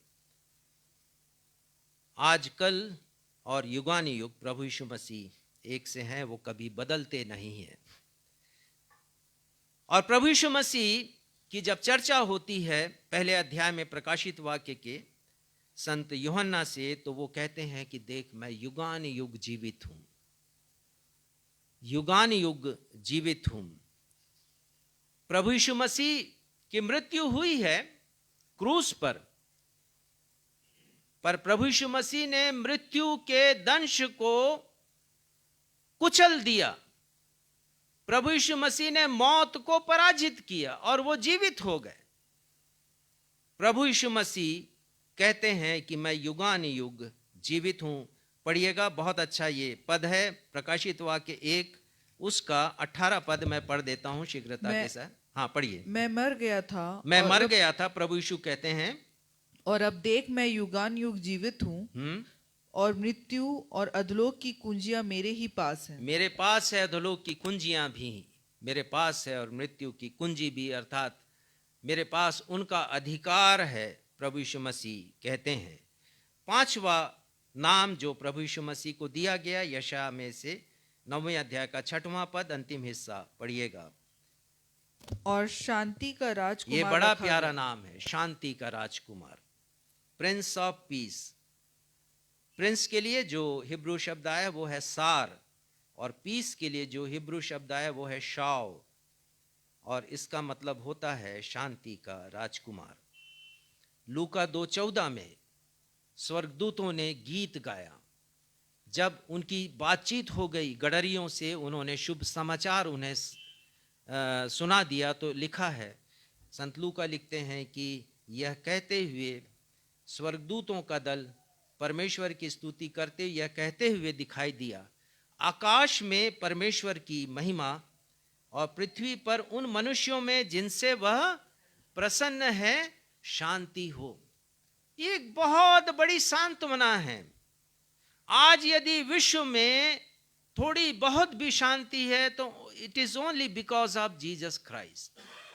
परमेश्वर पिता ने शांति भेजा है उन मनुष्यों के द्वारा जिनसे वो प्रसन्न हैं, जो युद्ध में भरोसा नहीं रखते, जो लड़ाई झगड़ा मारपीट में यकीन नहीं करते, जो दूसरों को सताते नहीं हैं, दुख नहीं देते, ऐसे लोगों के द्वारा शांति स्थापित है इस पृथ्वी पर। और ये शांति प्रभु यीशु मसीह के द्वारा हमें मिलती है। तो प्रभु यीशु मसीह का सिर्फ जन्म ही नहीं हुआ, परंतु प्रभु यीशु मसीह जन्म के साथ बहुत सी बातों को लेकर के आए जिनमें परमेश्वर का प्रेम है और ये परमेश्वर की शांति है जो हमारे हृदय पर राज करती है। बहुत अच्छी व्याख्या संत पौलुस करते हैं। वो लिखते हैं 2 थिस्सलुनीकियों 3 अध्याय के 16वें पद में, वो लिखते हैं, प्रभु जो शांति का सोता है आप ही तुम्हें सदा हर प्रकार की शांति दे। तो प्रभु यीशु मसीह शांति के सोता है, सोर्स हैं, वो प्रवाह है प्रभु यीशु मसीह जिससे शांति बहती है। और वो शांति की नदी मेरे हृदय में राज करती है उस समय जबकि मैं दुखी होता हूं, उस समय जबकि मैं निराश होता हूं, उस समय जबकि मुझे कोई उपाय नहीं सूझता, उस समय जबकि अनेक प्रकार की परेशानियां मेरी जिंदगी में आती हैं, तो प्रभु यीशु मसीह की शांति मेरे साथ रहती है। क्योंकि संत पौलुस कहते हैं वो शांति का सोता है, वो आप ही तुम्हें सदा और हर प्रकार से शांति दे। जीवन में जब आप तरह तरह से अशांत हो जाएं तो एक ही नाम है यीशु का स्मरण रखें, वो आपको शांति देंगे, आपके बेचैनी को दूर करेंगे, आपकी व्याकुलता को वो दूर करेंगे। और अद्भुत शांति है, इसका प्रदर्शन संत पौलुस ने स्वयं किया है। फिलिपियों 4:9 में वो लिखते हैं फिलिपियों 4:9, पढ़िएगा यदि मिल जाता है आपको तो। जो बातें तुमने मुझसे सीखी और ग्रहण की और सुनी और मुझ में देखी, उन्हीं का पालन किया करो, तब परमेश्वर जो शांति का सोता है तुम्हारे साथ रहेगा। परमेश्वर जो शांति का सोता है तुम्हारे साथ रहेगा। और ये शांति के सोते की बात करने वाले संत पौलुस कहां पर हैं, कहां से ये पत्री लिख रहे हैं, चिट्ठी लिख रहे हैं? वो फिलिपियों की कलीसिया को, आपको मालूम है वो बंदी गृह में है, वो जेल में है, वो सीखचों के पीछे हैं, बेड़ियों से जकड़े हुए हैं, एक छोटी सी कोठरी में, गंदी कोठरी में रखा गया है उनको। और वहां से पत्री लिख रहे हैं फिलिपियों की कलीसिया को कि प्रभु जो शांति का सोता है तुम्हारे साथ रहेगा। यदि कोई बंदी गृह में है तो हम उसे शांति देते हैं, हम उसे चिट्ठी लिखते हैं कि चिंता नहीं करना, घर में सब ठीक है, सब शांत हैं, सब कुछ अच्छा है, क्योंकि वो अशांत है जो बंदी गृह में है, और हम उसे शांति देते। लेकिन अद्भुत है, जब ये यीशु की शांति आती ना, तब आप पौलुस बन सकते हैं। बंदी गृह से वो लिख रहा है, और जो लिखा वो मेरे लिए और आपके लिए भी है कि प्रभु जो शांति का सोता है तुम्हारे साथ साथ रहेगा। यूहन्ना 4:27 में प्रभु यीशु मसीह का एक वादा है। जो शांति के राजकुमार हैं, उन्होंने एक प्रतिज्ञा मुझसे और आपसे की है। यूहन्ना 14:27 पढ़िएगा। मैं तुम्हें शांति दिए जाता हूँ। प्रभु यीशु मसीह का ये फेयरवेल स्पीच है, ये विदाई का संबोधन है। प्रभु यीशु मसीह अपने शिष्यों से चर्चा कर रहे हैं, और मेरा अनुमान है कि वो वही खाने की मेज है जहां पर प्रभु यीशु मसीह ने अपने शिष्यों के साथ अंतिम भोज किया है। वहीं पर या उसके पश्चात, मध्य रात्रि के पहले, जब वो पकड़वाए गए, प्रभु यीशु मसीह कहते हैं कि मैं तुम्हें शांति दिए जाता हूं, जैसा संसार देता है मैं तुम्हें नहीं देता, तुम्हारा मन ना घबराए। ये कौन कह रहा है? वो कह रहा है जिसे थोड़ी ही देर के बाद उनका ही शिष्य उन्हें पकड़वा देगा, उन्हें घूंसे मारे जाएंगे, उन्हें तमाचा जड़ा जाएगा, झूठे आरोप लगाए जाएंगे। वो हमें शांति दे रहे हैं। जैसा संसार देता है वैसी शांति नहीं। संसार तो थोड़ी देर की शांति देता है। अभी नया वर्ष आया, मैंने देखा है कलीसिया के लोगों ने बहुत फटाके फोड़े। शायद उस फटाकों को फोड़ने से उन्हें अच्छा लग रहा हो, शांति आ रही हो उनको। ये संसार देता है ये शांति। बड़े दिन में बहुत लोग मौज मस्ती करते हैं, उछल कूद करते हैं, उनको लगता है कि उनके हृदय में शांति आ रही, पर वो संसार की शांति है। वो शांति नहीं है जो प्रभु यीशु मसीह प्रदान करते हैं। उन्होंने प्रतिज्ञा की है, और आप यदि प्रभु यीशु मसीह के सच्चे अनुयायी हैं, केवल मुंह से नहीं चरित्र के द्वारा भी, तो शांति को अपने हृदय में महसूस कर सकते हैं। यूहन्ना 16:33 में उन्होंने कहा, यह भी उनके विदाई का संबोधन है, मैंने ये बातें, पढ़िएगा, मैंने ये बातें तुमसे इसलिए कही है कि तुम्हें मुझ में शांति मिले। तुम्हें मुझ में शांति मिले। हमें यदि शांति मिल सकती है तो केवल प्रभु यीशु मसीह से। और आगे, संसार में तुम्हें क्लेश होता है। संसार में तो तुम्हें क्लेश, दुख, परेशानी, चिंताएं, टेंशन, स्ट्रेस। हमें क्या नहीं देता ये संसार? यदि कुछ खुशी देता है तो उससे ज्यादा तो छीन लेता है हमसे। ये मेरे कथन नहीं है, प्रभु यीशु मसीह के कथन है कि संसार में तुम्हें क्लेश होता है, और वो कहते हैं ढाढ़स बांधो, साहस रखो मुझ में, क्योंकि मैंने संसार को जीत लिया है। जय मसीह की। प्रभु यीशु मसीह विजयी हैं। उन्होंने संसार पर भी विजय प्राप्त की। जहां पर हम फेल हो जाते हैं, जहां पर हम गिर जाते हैं संसार में जाकर, जहां पर हम असफल हो जाते हैं, उस संसार को प्रभु यीशु मसीह ने जीता है। ये 5वां नाम प्रभु यीशु मसीह को दिया गया, शांति का राजकुमार। और हम गाते हैं, तेरा हो अभिषेक अमन के राजकुमार। लेकिन ये शांति प्रभु यीशु मसीह ने ऐसे ही नहीं दे दी हमें। एक भविष्यवाणी की गई प्रभु यीशु मसीह के लिए यशायाह 53:5 में, और यशायाह कहते हैं कि हमारी ही शांति के लिए उस पर ताड़ना पड़ी। यदि प्रभु यीशु मसीह प्रतिज्ञा कर रहे हैं कि तुम्हें शांति मिले, वो शांति जो संसार नहीं देता मैं तुम्हें देता हूं, तो वो देने के लिए प्रभु यीशु मसीह पर ताड़ना पड़ी है। वो क्रूसीफाई हुए हैं, क्रूस पर उन्हें चढ़ाया गया, उन्हें कोड़े लगाए गए हैं, वो लहूलुहान हुए हैं, वो जख्मी हुए हैं, उन्होंने दर्द को, पीड़ा को, अपमान को सहा है, और तब मुझे और आपको शांति मिली। तो ये अद्भुत यीशु हैं, और इसीलिए हमेशा हमें उनकी प्रशंसा हमारे मुंह से निकलनी चाहिए। छठवां नाम यीशु मसीह को जो दिया गया वो स्वर्गदूत ने दिया, और वो नाम 2 समयों पर दिया गया। इसके पहले कि वो पेट पर आए वो नाम मरियम को दिया गया, और इसके पहले कि यूसुफ मरियम को अपने घर ले आए, यूसुफ को स्वप्न के द्वारा वो नाम दिया गया। हम दोनों स्थलों को पढ़ेंगे। लूका 1:31 सुसमाचार का पाठ मैंने पढ़ा है, और मत्ती 1 पहले अध्याय का 21वां पद पढ़िएगा।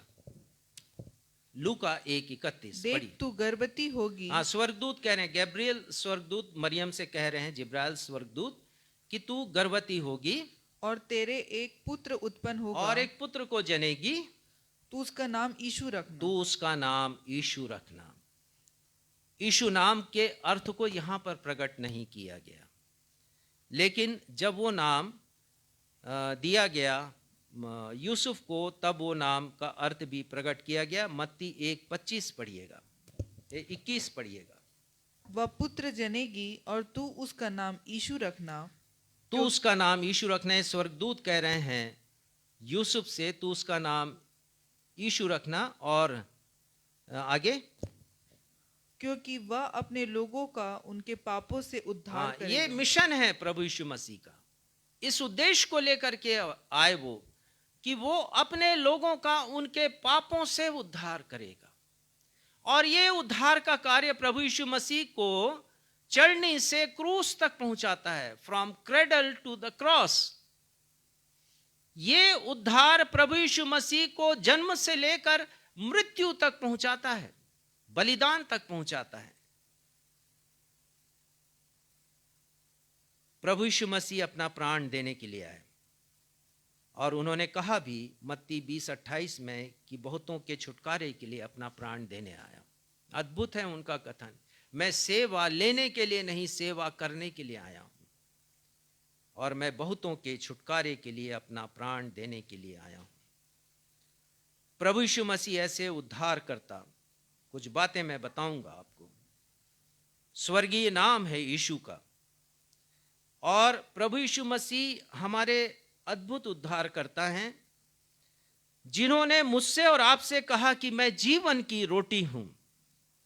यूहन्ना 6:48 में उन्होंने कहा मैं जीवन की रोटी हूं, लेकिन वे स्वयं 40 दिन तक भूखे रहे, निराहार रहे। वो प्रभु यीशु मसीह ने कहा कि जीवन का जल मैं हूं, परंतु वे स्वयं प्यासे रह करके अपने प्राण को त्याग दिए।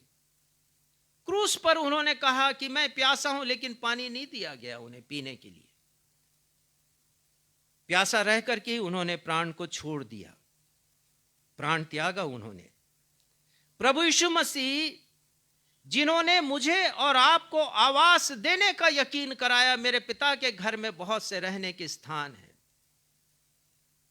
और मैं तुम्हें लेने आता हूं कि जहां मैं रहूं वहां तुम रहो, ये उनकी प्रतिज्ञा है।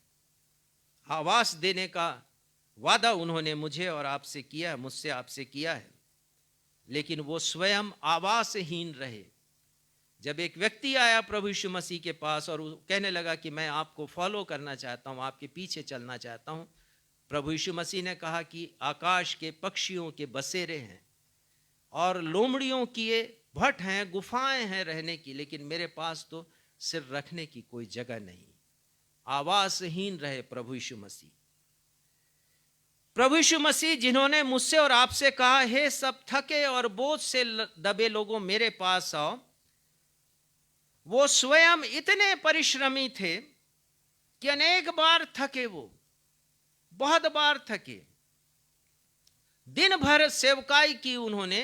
मरकुस 4 में हम पढ़ते हैं 35 पद से आगे कि उन्हें उस पार जाना था। शिष्यों ने प्रभु यीशु मसीह को जैसे वो थे वैसा उन्हें चढ़ा दिया नाव में। और कैसे थे यीशु मसीह? थके मांदे, क्योंकि जब तूफान आया तो प्रभु यीशु मसीह सो रहे थे। थके हैं प्रभु यीशु मसीह, लेकिन मुझे और आपको विश्राम देने का वादा उन्होंने किया है। कितना अद्भुत है प्रभु यीशु मसीह। पढ़ते हैं यूहन्ना 4 में कि जब वो सामरिया में आए तो थके थे, तो कुएं के मेड़ के ऊपर वो बैठ गए। प्रभु यीशु मसीह थक गए थे वो चल चल के, मेरे और आपके लिए। प्रभु यीशु मसीह जिन्होंने मुझसे और आपसे कहा तुम्हारा शोक आनंद में बदल जाएगा, वो अनेक बार शोकित हुए और रोए भी। प्रभु यीशु मसीह आंसू भी बहाए। यूहन्ना 11:35 में हम पढ़ते हैं। और 6वीं बात, प्रभु यीशु मसीह जिन्होंने मेरे और आपके लिए अपना बहुमूल्य रक्त बहा दिया कि हम बचाए जाएं, हमारा छुटकारा हो, हम आजाद हो जाएं, वो स्वयं 30 चांदी के सिक्कों में बेच दिए गए। बहुमूल्य रक्त को मेरे और आपके लिए बहाया, हमें आजादी मिल जाए, परंतु 30 चांदी के सिक्कों में प्रभु यीशु मसीह को बंदी बना दिया गया। 7वां और अंतिम नाम यशाया 7:14 2 जगह मिलता है पुराने नियम में भविष्यवाणी के रूप में। पहले हम उसे पढ़ेंगे और उसके बाद मत्ती 1:23 को पढ़ेंगे। 7:14 इस कारण प्रभु आप ही तुमको एक चिन्ह देगा, सुनो, एक कुंवारी गर्भवती होगी और पुत्र जनेगी और उसका नाम इमानुएल रखेगी। इमानुएल रखेगी। और ये एक ऐसा नाम है जो हिब्रू भाषा में, चूंकि पुराना नियम हिब्रू भाषा में लिखा गया तो उसमें भी इमानुएल है वो, क्योंकि नाम है ये। ग्रीक भाषा में भी इमानुएल है ये, और इन दोनों का अर्थ भी एक है, परमेश्वर हमारे साथ, परमेश्वर हमारे संग, परमेश्वर मानव बनकर मानव के मध्य में रहने के लिए आ गए। ये बड़ा अद्भुत है। यूहन्ना 1:14 में लिखा, वचन देहधारी हुआ और अनुग्रह और सच्चाई से परिपूर्ण होकर मनुष्यों के बीच में डेरा किया और हमने उसकी महिमा देखी, ऐसी महिमा जो पिता परमेश्वर की महिमा हम देखते हैं। परमेश्वर मानव बन गए, परमेश्वर हमारे साथ। पुराने नियम में परमेश्वर की जो तस्वीर है वो अनअप्रोचेबल गॉड के विषय में है। ड्यूस एब्सकॉन्डिटुस इसे ग्रीक भाषा में कहा जाता है। एक ऐसा परमेश्वर जो अनसर्चेबल हो, जो हमारी पहुंच से दूर हो, जहां तक मैं और आप पहुंच ना सकें, ऐसा परमेश्वर। ऐसा परमेश्वर जो मानवीय समझ और ज्ञान से परे हो। निर्गमन 33:20 में लिखा है कि जब मूसा परमेश्वर से वार्तालाप कर रहे थे और उन्होंने कहा कि एक बार मुझे अपना दर्शन दे दीजिए पिता परमेश्वर, तो पिता परमेश्वर ने उससे कहा, तू मेरा चेहरा नहीं देख सकता, जो कोई देख ले तो वो जीवित नहीं रह सकता। कोई मुझे देख नहीं सकता है, कोई मेरा दर्शन नहीं कर सकता। ये पुराने नियम में परमेश्वर की तस्वीर है।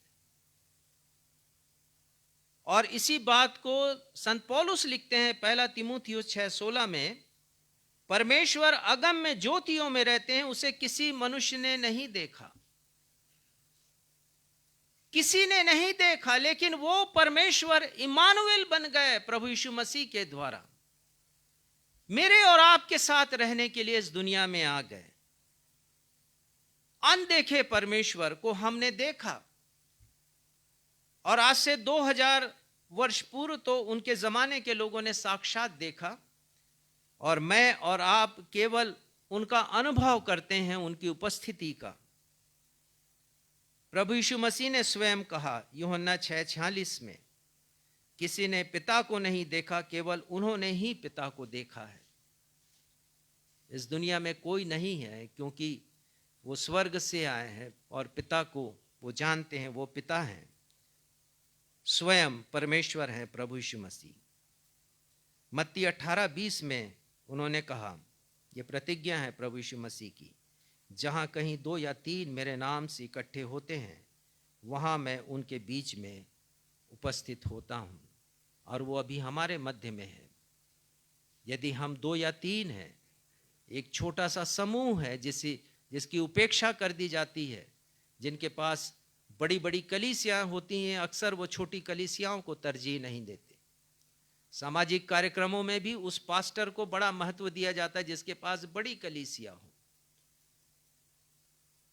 पर प्रभु यीशु मसीह उन्हें तरजीह देते हैं जो छोटे हैं लेकिन हृदय के अच्छे हैं। ये उनका वादा है, जहां 2 या 3 एकत्रित हैं, मैं उनके मध्य में उपस्थित हूं। और इसके पहले कि स्वर्ग आरोहण हो, उन्होंने एक और प्रतिज्ञा की अपने शिष्यों के साथ, मत्ती 28 और 20 में, देखो मैं जगत के अंत तक तुम्हारे साथ हूं। प्रभु यीशु मसीह मेरे और आपके साथ जगत के अंत तक है। कितना अद्भुत है कि ईश्वर मेरे साथ रहने लगे। इस यीशु को हम हल्के में ना लें, क्योंकि यीशु की जो भविष्य की तस्वीर है वो न्यायकर्ता की तस्वीर है। वो न्याय करने के लिए आने वाले हैं और एक दिन मुझे और आपको उनके न्यायासन के समक्ष खड़ा होना है। सिर्फ यीशु कह देने से हम यीशु के बारे में नहीं जान पाते। हमारा ज्ञान वहीं तक सीमित ना रहे यीशु बोलने तक, लेकिन हम जान सकें कि उनके नाम के क्या अर्थ हैं और उनका मेरी जिंदगी से क्या ताल्लुक है। परमेश्वर पिता को धन्यवाद देते हैं इन वचनों के प्रकाशन के लिए। और फिर से हम अपने स्थानों पर खड़े हो जाएंगे। प्रभु यीशु मसीह की प्रशंसा में कोरस गाएंगे। यीशु सर्वोत्तम है तू, सुंदर उद्धारक है तेरा नाम। इमानुएल प्रभु तू साथ है, धन्य उद्धारक स्तुति तेरी हो। बहुत प्यारा ये कोरस है। हम इसे 2 बार गाएंगे और यदि आपको नहीं मालूम तो आप इसे सीख सकते हैं दूसरी बार।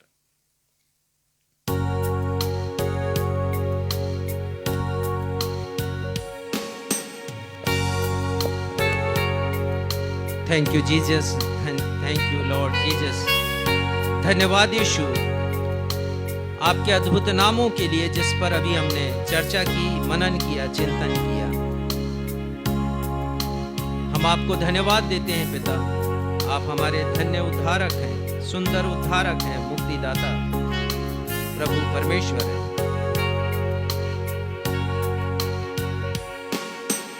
यीशु सर्वोत्तम है तू,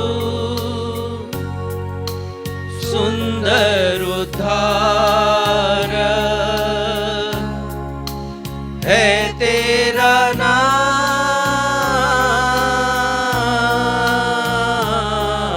इमानुएल प्रभु तू साथ है, धन्य उद्धार स्तुति तेरी हो।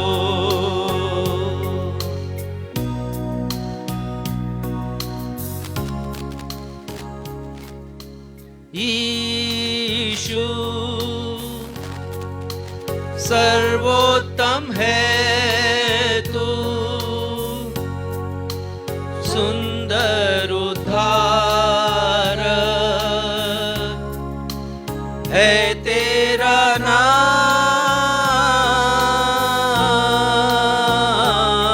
इमानुएल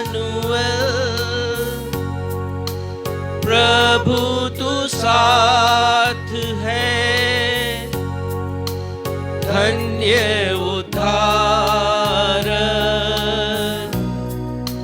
स्तुति तेरी हो। स्तुति तेरी हो।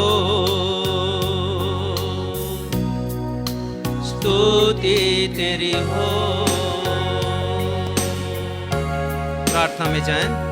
हे हमारे पिता परमेश्वर, हम धन्यवाद देते हैं अपने उद्धारकर्ता प्रभु यीशु मसीह के लिए। अद्भुत उनका नाम और अद्भुत उनका चरित्र, जैसा कहा वैसा करने वाला, वैसा जीने वाला, इस पृथ्वी का एकमात्र मनुष्य, जो मनुष्य भी थे और ईश्वर भी। हम आपकी महिमा करते हैं। वो हमारे लिए अद्भुत हैं। वो युक्ति करने वाले प्रभु हैं। वो पराक्रमी परमेश्वर हैं। वो अनंत काल का पिता और शांति का राजकुमार है। वो यीशु है जो अपने लोगों का उनके पापों से उद्धार करता है। वो उद्धार करता है। और वो इम्मानुएल है। वो परमेश्वर है जिसे कभी किसी ने देखा नहीं, कभी किसी ने दर्शन नहीं पाया, और जिसके विषय में बिलाम ने कहा कि मैं अभी तो नहीं, लेकिन बाद में कभी उनका दर्शन करने पाऊंगा। और अय्यूब ने कहा कि अपने खाल के नष्ट हो जाने के बाद, अपनी मृत्यु के पश्चात, मैं उस परमेश्वर का दर्शन करूंगा, किसी और की आंखों से नहीं, अपनी ही आंखों से। पर हम धन्यवाद देते हैं पिता कि उस जीवित प्रभु यीशु मसीह के रूप में आपने अपने आप को प्रकट किया, इम्मानुएल बन गए हमारे साथ रहने के लिए। आपकी महिमा करते हैं प्रभु यीशु मसीह के लिए। प्रार्थना करते हैं पिता 2022 का ये वर्ष हम सभी के लिए प्रभुमय हो सके, यीशुमय हो सके। हमारे चरित्र में प्रभु यीशु मसीह दिखाई दे, हमारी बातों में, हमारे दर्शन में, हमारी व्याख्या में, हमारे विचार में प्रभु यीशु मसीह हो। ऐसी कृपा हम पर कीजिएगा। धन्यवाद देते हैं पिता आज के इस प्रकाशन के लिए, और धन्यवाद देते हुए अपनी इस प्रार्थना को अपने उद्धारकर्ता, मुक्तिदाता, सुंदर उद्धारक, धन्य उद्धारक प्रभु यीशु मसीह के नाम से मांगते हैं। सुनिए और कबूल कीजिएगा। आमीन। अब हमारे द्वैत पिता परमेश्वर का प्रेम और हमारे उद्धारकर्ता प्रभु यीशु मसीह का अनुग्रह और शांतिदायक पवित्र आत्मा की सहभागिता हम में से हर एक के साथ अब से लेकर युगान युग बनी रहे। हम सब कहें आमीन। जय मसीह।